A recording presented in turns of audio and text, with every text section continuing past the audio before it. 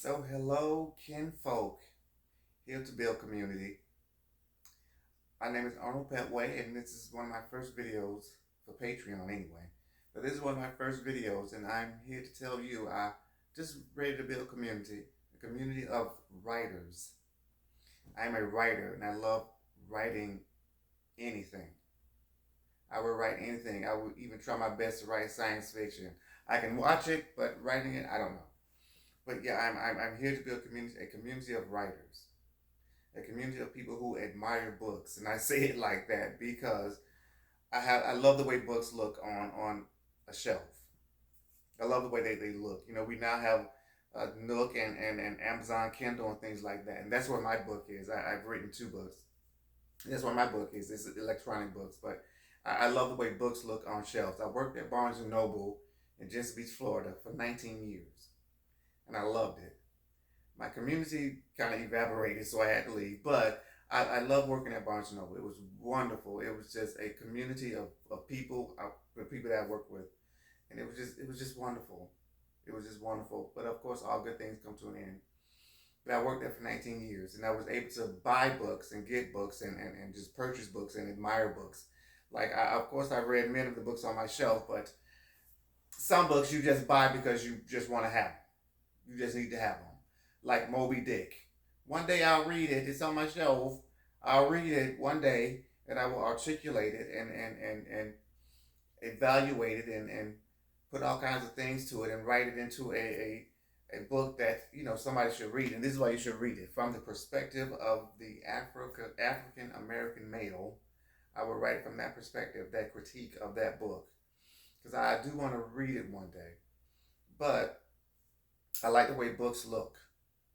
I admire books. I think books, we need books right now in this moment. We need to read more and more books. I saw a poll somewhere that 53% of Americans read a book last year. And that's a good thing. However, it may be dwindling, it may be smaller or getting shorter of how many people read books per year. But it's a good thing that people are still reading books. People will take the time to read a book. And the thing that it is that, of course, when you read a book, it opens up doors and you begin to ask questions and whatever. Even if it's a romance book, you're gonna ask, why did that character do this, that, and the third. And if you are a writer, you will, even if you're reading any kind of book that might be trivial to some people, if you read that book and you begin to articulate it and say, why does that character do that and that shouldn't do that and that why does that person do that, you are a writer.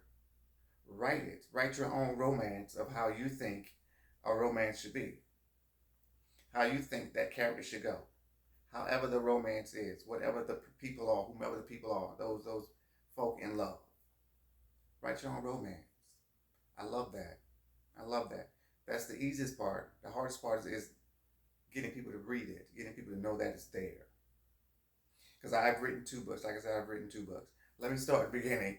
I at the, at the when I was in high school, they tell you which books to read and things like that for English literature and all kinds of jazz. But I'll be very honest, many of us African Americans, we don't read many books written by Caucasians. We just don't. We have to, I don't know, we just have to come into that to read a book by somebody white. Maybe it might be frivolous, a romance, or I don't want to say frivolous, but maybe it's a thing that most people don't read who think is benign, like romance or mystery or science fiction or something like that. Not a fiction, not like Toni Morrison or somebody like that, but we Toni Morrison, somebody like I guess George Orwell, but we don't read many books by white people. We just have to, I guess, come of age and say, okay, I'll read that book. Because that is what I did. I began reading my books. I was born in 1970. And I began reading books because I was in that moment of what is called the Afrocentric moment, the Afrocentric movement that happened in the late 80s, early 90s. I got all the books. I bought all those books. And I love them. It made me understand that there's a history of we African people before the United States and enslavement. It was just a history of people of African peoples all over the world. I got all the books. All those books were edited by Ivan Van Sertima. all those books by Martin Bernal, Black Athena, which pissed everybody off. All those books pissed everybody off. But I have all the books, even books you probably can't even get, like Sex and Race by oh God, what was the man's name? Sex and Race. I forgot the man's name. I forgot the man's name. God. But I there's a book called Sex and Race, and it's a 3 volume book, and it was kind of hard to get then. This was like 30 years ago, whenever the thing happened, the Afrocentric movement was going on, and probably like early 90s, I probably got that book. But I got those books, and I read those books, and I loved them. And then, of course, I went into books about African civilizations and African peoples and things like that. After you read all those books about Black folks in Europe and in Asia and here in the in America, the Western Hemisphere, all over the place. I was like, oh, this is a wonderful thing. And I began to buy books about African epics like the Sanjata epic or the epic of Sunni Ali. I began to buy all of these African books about Africa and African peoples and things. It was wonderful. And when I was doing that, I was looking at all these names and gorgeous people and just these wonderful how people call themselves and languages and things. And I began to put them in a book. I had to just write it all down. So in 1999, I wrote my first book. It's a book of short stories. It's called African Love Charms, Rhythmic Speech and Sweet Song. I love the title to this day. I love the title. And that was my first book I published myself, actually, in 1999. I published it myself. And of course, when everyone went to digital, that's what I did as well. That was my first book, and I loved it. And I had to go back and rewrite it and redo it because it was 30 years ago. And I was young. And of course, you don't know that writing is rewriting, is what that is. Writing is rewriting. Always understand that. When you think you finished, just rewrite or reread it again, and more and more ideas will come to you. You will know when it's done. You will know when it's done. So the whole idea that it's done after your first draft, no. Of course, every writer knows that. It's not done after your first draft. It's just not. You go back and you do it again. Or do it over, or you add to it, or take away from it. You will do that. But I did that on my first book, and I published it, and I loved it. It was just an achievement for me, something that I didn't think I would be able to do, but I did. It made me feel wonderful, like I had accomplished something big, really. And I just loved it. And of course, life gets in the way, and life gets too busy, and I began to work and things like that, and then writing was on the back burner. But of course, you get ideas in your mind. Whatever you do, if you watch a movie, you get an idea. If you read another book, you get an idea. If you see something on the internet, you get an idea. Whatever they have, if you see a picture, you get an idea. If you see something in out in public on the sidewalk, you get an idea, and you just have to write it. Well, however long it is, it could be a short story, it could be a novella, whatever those are, like 200 pages or whatever, or a novel that's like 400 pages, whatever it may be. But you write until it's done. You will know when it's done. You will know when you've come to the end. So I do working at Barnes and Noble. Books became accessible, and after I had finished reading my Toni Morrison's and my James Baldwin, of course, James Baldwin. I love his essays. His essays, to me, are his best thing. I've read a couple of his novels, of course, in Giovanni's Room or Another Country. I've read those, but his essays are magnificent and brilliant. He is the cornerstone of Negro intelligentsia. He just is. He's the cornerstone of that. And of course, he's getting a resurgence, but wonderful, wonderful. I read my James Baldwin, my Richard Wright, and Zora Neale Hurston, and I'm born in Belle Glade, so I have to read Zora Neale Hurston. Their Eyes Were Watching God. Zora Neale Hurston, is supposed to have written parts of it there when she was in Belle Glade. She came to Belle Glade before she went to Haiti and Jamaica or the Caribbean. Before she went there to write of Muse and Men, she made some of her scenes and whatnot there and around Belle Glade. So if you're around and live in Belle Glade, I was born in Belle Glade, you have to read Their Eyes Were Watching God. I'm a muck stepper, yes. That's what we'll call. We'll call muck steppers because of the dirt, the very rich soil there that makes everything grow. But after reading all the black writers and things, and Barnes and Noble, everything became obsessed when I said, okay, I will read some of these authors, these white authors. Okay, I'll just do it. And I started out, gosh, I started out with, I'm very sure that everybody's seen the movie. I started out with Gone with the Wind. Now, I don't know why I wanted to read that book. I guess, I know why I wanted to read it. It's because I saw the movie. Of course, everybody's seen the movie. And let me just say, the movie is a classic for white people. It just is. Not really for us. No, it's not. But I read the book, I saw the movie, and I guess I wanted to know about birth and babies and such. So I said, okay, I'll read the book. And I'm reading this thing going, what the hell is this? What is this? I'm reading this book on why, what for? And I guess I just, it just, I don't know. I just stopped reading it when I got to what is it, the barbecue scene. When she's supposed to meet the twins. I just stopped reading it. I just couldn't do it. But what I took away from that book is that Prissy, played in the movie by Butterfly McQueen, wonderful actress, played by Butterfly McQueen. Prissy was a 12-year-old child, not the simple-minded darky, as Red Butler called her in the movie. So that's probably why I stopped reading that. So I said, okay, I don't want to read this. And I read some of, well, I kind of didn't read. Who was that? Samuel Clemens, Mark Twain. I don't know. I don't want to read that. Um, who else? These, I don't know, many white writers. I did read George Orwell. Yeah, of course. I did read.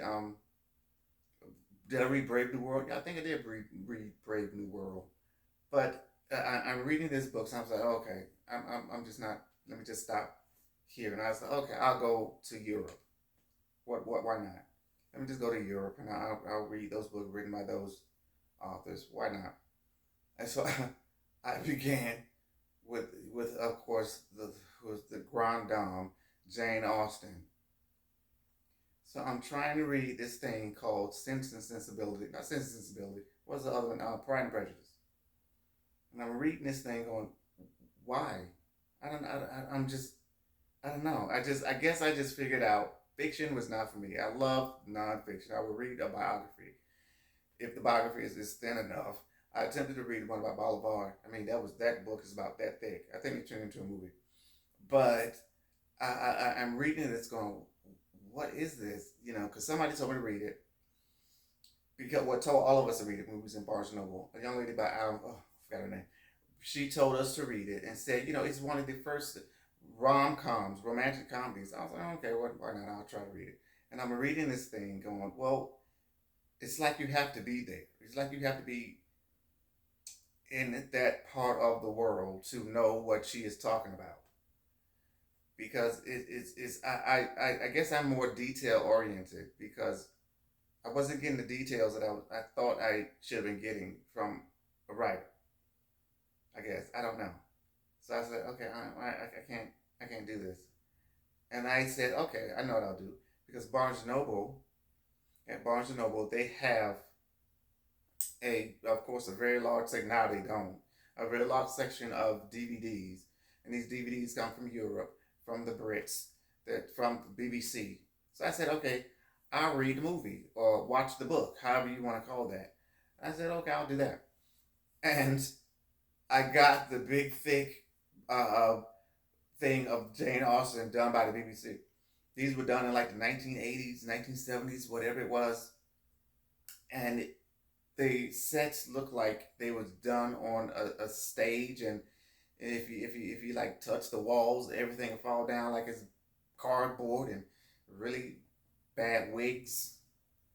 I was like, wow, these are some bad wigs. It didn't look good. It doesn't hold up. It just doesn't. But of course, it's the whole book. Whatever the book is, it's the whole thing. They knew what they were doing when they did when they do literature and things like that. They know what they're doing when they put all the words there. It wasn't kind of pretty stuff as they're doing nowadays. You know, to have the pretty little gowns and things like that. It was the whole book, the whole thing.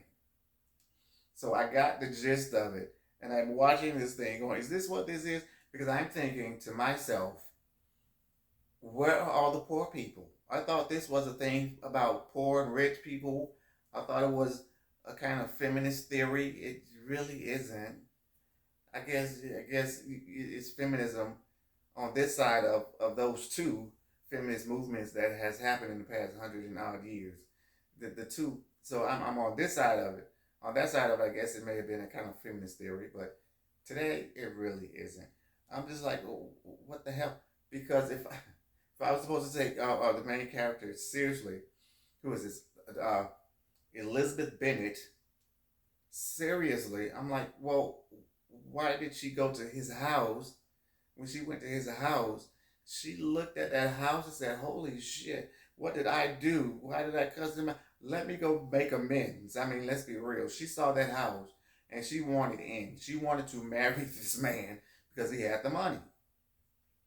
And instead of her saying to him, hey, I know how you make your money. Because let's be honest. They said that Jane Austen may have been secretly an abolitionist. Secretly an abolitionist. They just did a TV show about the last book she wrote that was incomplete.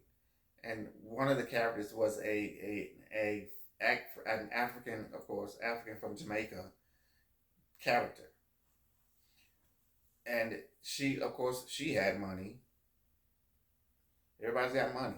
So, but she had money. So I'm thinking, you know, if she was honest, Jane Austen would have put in the mouth of Elizabeth Bennet, I know how you make your money. Now in the movie, I didn't read the book. I didn't finish reading the book. In the movie, Darcy is getting £10,000 a year in late 1700s or early 1800s, wherever it was. £10,000.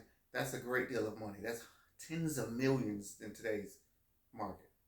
Tens of millions of pounds. Not even to say the United States dollars, but tens of millions of pounds. We know how he's making that money. And instead of her putting in the mouth of Elizabeth Bennet, you're making that money off of, that's blood money. I know you are enslaver, or you're making your money off a plantation somewhere in Jamaica. I know that's what you're doing. And as a matter of fact, in one of her other novels, I think it was the novel where the owner of the house went to oh God, what was that novel? What is that novel? Forgot that thing. Oh God, you know which one if you read Jane Austen. But she put it into that he had problems over in not crap. It's on the tip of my brain right here. But still, he went and he had problems in that part of the world with his holdings, his plantation, the person who owned that house that they were at. So why didn't she be honest and put in the mouth of Elizabeth Bennet, I know how you make your money. Instead of him saying to her that you're beneath me, but I love you anyway, she should have said to him, okay, but you make your money from enslaved people. That's how you make your money. So I'm more than you. But, you know, it would have been a whole different story if that would have been the whole thing. But I'm watching this going, is this what this book is about? I'm like, there are no poor people here. Where are the poor people?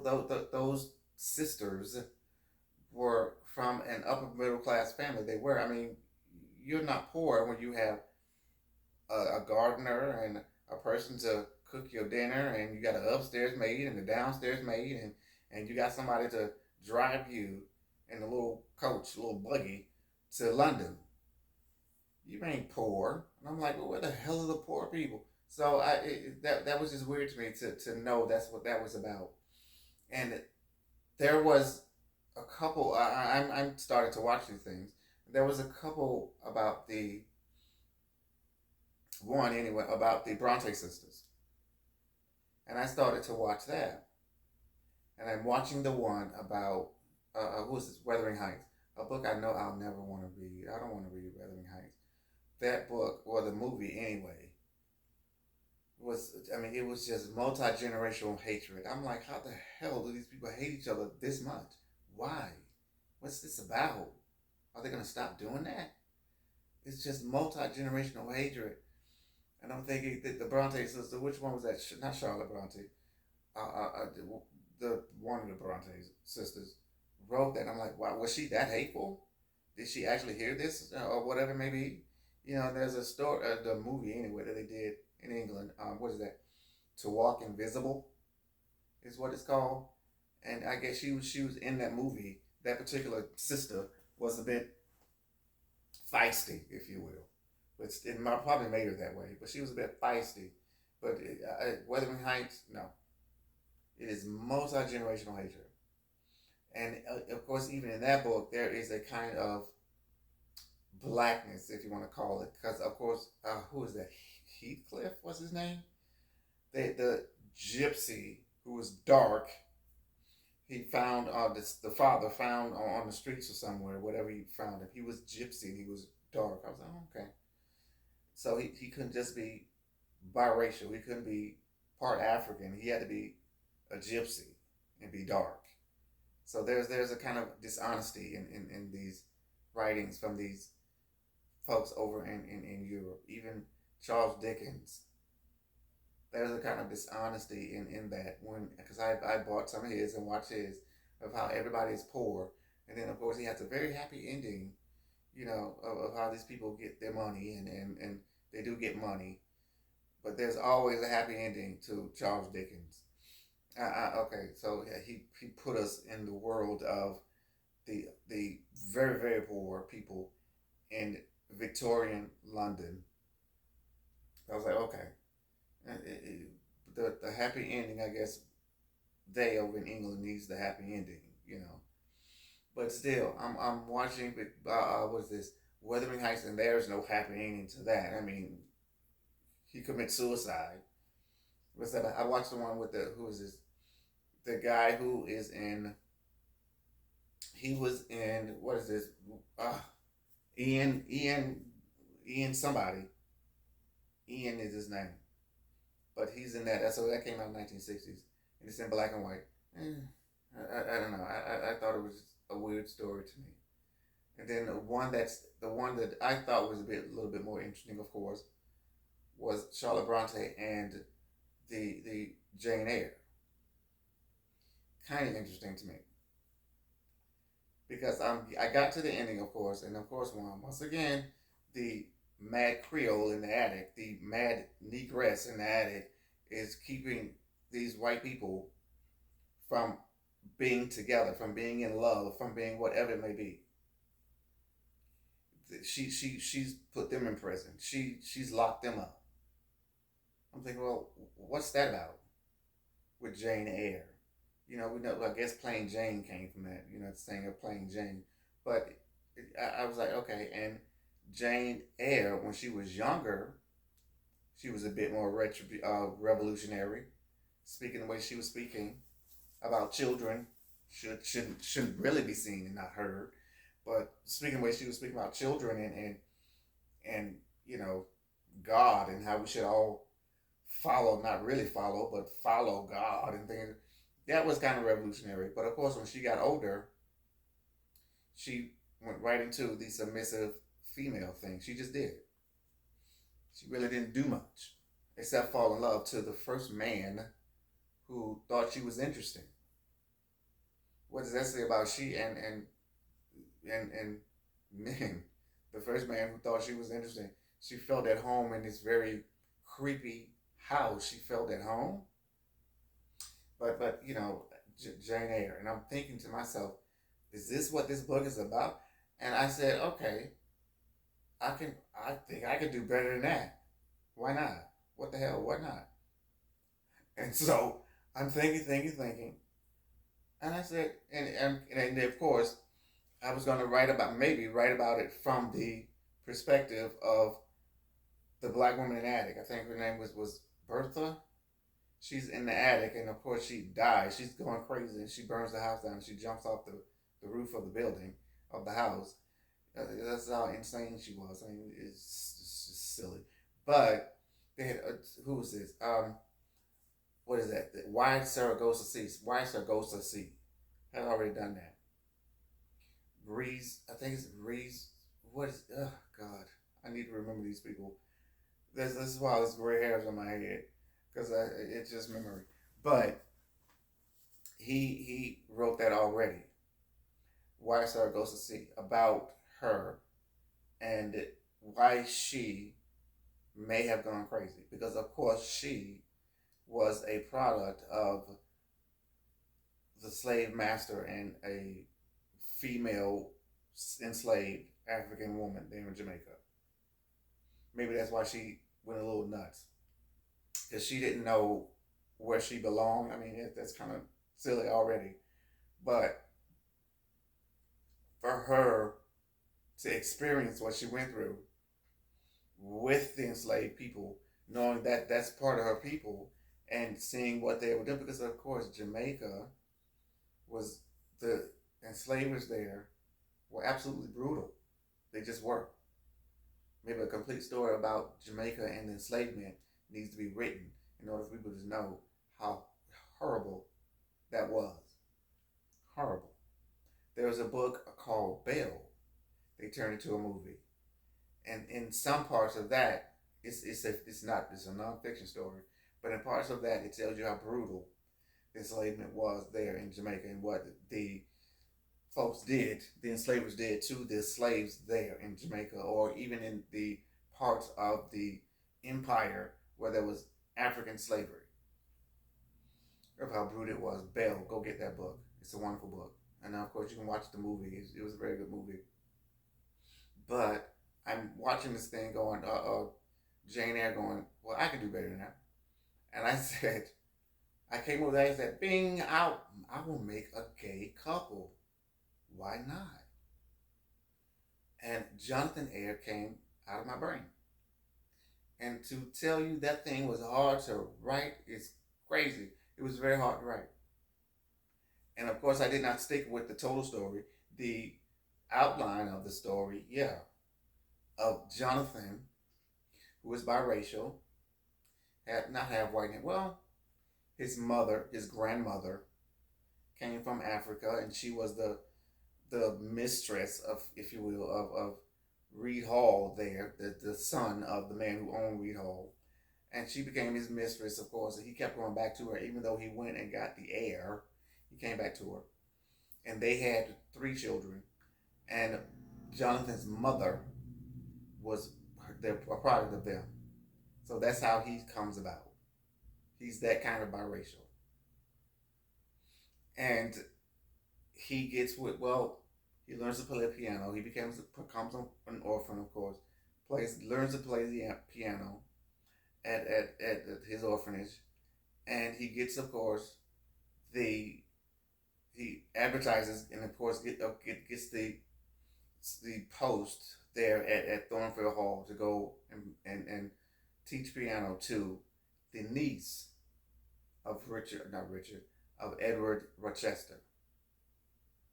And they fall in love. And the thing is, what I did not want to do is I did not want to make it stereotypical and typical. I did not want to make it a typical gay love story. I just didn't. We've seen all the crap about people being separated, and it always bugged me when there's always, even an interracial couple, heterosexual couple, they're always apart. Nobody is together, or they don't stay together. They're always apart, or it's just always something that does not keep them together. That they do not say I love you, and they don't hug and hold each other. That's what couples do. So they never do that in these stories when there is an interracial couple, especially if it is a Caucasian and a Negro. They don't really tell each other that they love each other. They just don't. So in this story, I was like, he's gonna do it. Of course, they're gonna tell each other that they love each other, or that you will know it as a reader in this book that I wrote. Now, I love writing it. I did. I loved writing the book, and I wanted Jonathan to be conscious of his surroundings, and he is. I want him to be conscious of Edward Rochester, who has a lot of money. Let me let you understand. I guess Edward Rochester must have been rich in Jane Eyre. He was very rich, but I was going to make my Edward Rochester one of the 0.000%. I just was going to do that. Forget that. And how did he get that way? I was going to be honest. He's a slave. He owns slaves. That's how he got that way. That's how he made his money. So I did not want it to be dishonest, as a lot of those books were. They were just dishonest. I was not going to make him dishonest. And Jonathan would fall in love with him anyway. So already there is not conflict, but there is dynamic and opposing ideas and things already. And you ask yourself, how does this black person, this person of African descent, whose mother was stolen from Africa and brought to Jamaica and bought by the Reed family. They had to buy her, and she came through Liverpool. They had to buy her. So how does he even fall in love or think that he can be in love with this Caucasian male? So, but I did not want it to go that deep. I really didn't. That's 21st century thinking. It really is. So I did not want it to go that deep. I wanted it to be simple, if you will, to say, okay, I'm looking at this person, Edward Rochester, and what he is doing, and how he is thumbing his nose up at at society, at rich people and very rich people, because he never comes out of the closet because he was never in it. Edward Rochester, he was never in it. He had already had two affairs with two men, not at the same time or back to back or whatever it may be, but and everybody know it. Everybody knows that Edward Rochester is gay. Everybody knows it. His servants know it. The people in Hay Village know it. The people in Rochester know it. Everybody knows it. They just don't talk about it. Why? Because he's the richest man in the county. He owns the county. He owns everything. So they're not going to say anything about his uncle because he's gay and he's had affairs with those two men. And now this black one, is the exotic. So they know what's happening with those two people. Everybody knows. So I was not going to be that dishonest because I did not want to fall into the trap of that whole silly bullshit about how gay people in that era, I guess, they would be blackmailed and forced to pay money to the blackmailer and this, that, and the third. And no, I did not want anybody to go to jail. All of that's just silly crap. I wanted them to be together. And everybody knows that they are together, however it may be. And I had to bring into it his uncles. One of his uncles is dead in the book. One of his uncles is already dead. He finds out about it, of course, even in Jane Eyre. The uncle is dead and he gives her money. And of course, his uncle is dead, gives him money. But he has created a very, very important, his uncle has created a very important and profitable business of import and export. And the reason why he did that is because many people were importing and exporting slaves, and he was not going to do that. And of course, that uncle was a part of the slave rebellion in Jamaica and in Antigua. That's the place, Antigua. But he was a part of those two rebellions, and of course, something that did happen in Antigua in 1823, and in Jamaica, the Christmas rebellion in 1832, I think it was. But he was a part of those two rebellions. But his import and export business was so prosperous and so big that the East India Company saw that, and he has died of mysterious consequences. Mysterious. So I wanted to put that in play as well. I love writing it. I just love writing the book. And I would love for people to read it. You go and get it at Amazon Kindle on the Kindle, that and African Love Charms on the Kindle, or on the Nook at Barnes and Noble. But that's what I just love writing. I just love creating stories and people and places and things. And I cannot let my imagination just be small. It has to be big. And I don't want to write about one kind of person. That's just ridiculous and silly. I have to write about more than one person because there are more people. There are more people in the world than just me. So I have to write about a lot of people, and that is what you should do as a writer. Do not be limited at okay, I'm this kind of person. I'm Caucasian, male, and heterosexual, so I won't write about anybody but those people. No, you have to write about somebody. If it comes to your brain, into your mind, you have to write about it. No matter how far away those people might be from you, you want to write about it because people don't say anything crazy about James Patterson writing about what his name Cross, he who is a black character, writing about him. You know, people don't get pissed off. I don't know. I guess people don't get pissed off, but still, that might be the only character he's writing. He doesn't write any of his other books. But that's what I just want to connect with. People who are writers and love to write. People who like books. Even if you haven't read the book. Like I said, I haven't read Moby Dick. I need to read it. I haven't read what is it, Sense and Sensibility or even the Three Musketeers by Dumas. Of course, he's a skinfolk, but he's a kinfolk. But I haven't read the Three Musketeers. I should read it one day. You know, it's that kind of a thing.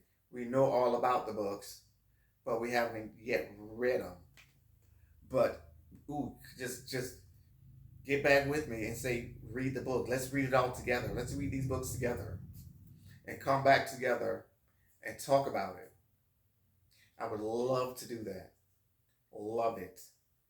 To talk about that book that we have just written or read, or we can write some books. We can write some stuff, and we can talk to each other about how does that sound to you? Because that is what writers do, right? That's what we do. We talk about what we've just written to our community, whatever our community is. It could be 20 people, it could be 5 people, it could be whomever the person is in your community. In your community. Now, of course, I would talk about the black community, but the black community is everywhere. I've never been to Watts. I've never been to the Bronx. I've never been there. But, these people are supposed to be part of my community. That's a broader community. I'm talking about the very personal, interpersonal community that we would have, that we build throughout our lives. Those people that we come together and we have so much in common, or we are politically in common, or whatever in common we are. That is your intimate community that you talk to about some things. And I'm ready to build community of these particular writers. However the writing is, I'm just ready. So just get back with me. I don't know how the hell to do that, but you can get back with me at my email address, arnoldbond@hotmail.com. Do that, or DM me. I'm on Instagram. Whatever. I'm on YouTube. I should put this on YouTube, but I'm on YouTube. So, however the hell you get back with me, this is Patreon. I haven't done Patreon. This is my first one, but I'm ready. Let us talk about books. And when we talk about books, let me just be honest. I cannot help but to be political. Because in this moment, in our lives, in the lives of we, the people, the United States, what we are reading may become one day, may become illegal. As we have seen There have been books about mostly about black folks and gay people that have been made illegal. That quote unquote children can't read. It's so silly. It's so ridiculous. That teenagers can't read. It's just so ridiculous. But these books have been banned. And what I'm amazed about is that the book has been banned. What is this book? Harry Potter. What kind of grown ass person is scared of Harry Potter? How are you afraid of Harry Potter? What the hell? Come on now. But Harry Potter, people have been afraid of Harry Potter for 20 years, 25 years, however the hell long this character has been around. 25 freaking years of people burning Harry Potter books. It's ridiculous. But it's coming to a moment where what we deem to be academic, what creates minds, people learn new words through books, people become smarter through books, that is becoming illegal. It may become illegal to read the books that we want to read, that we write. So let us begin. Let's begin.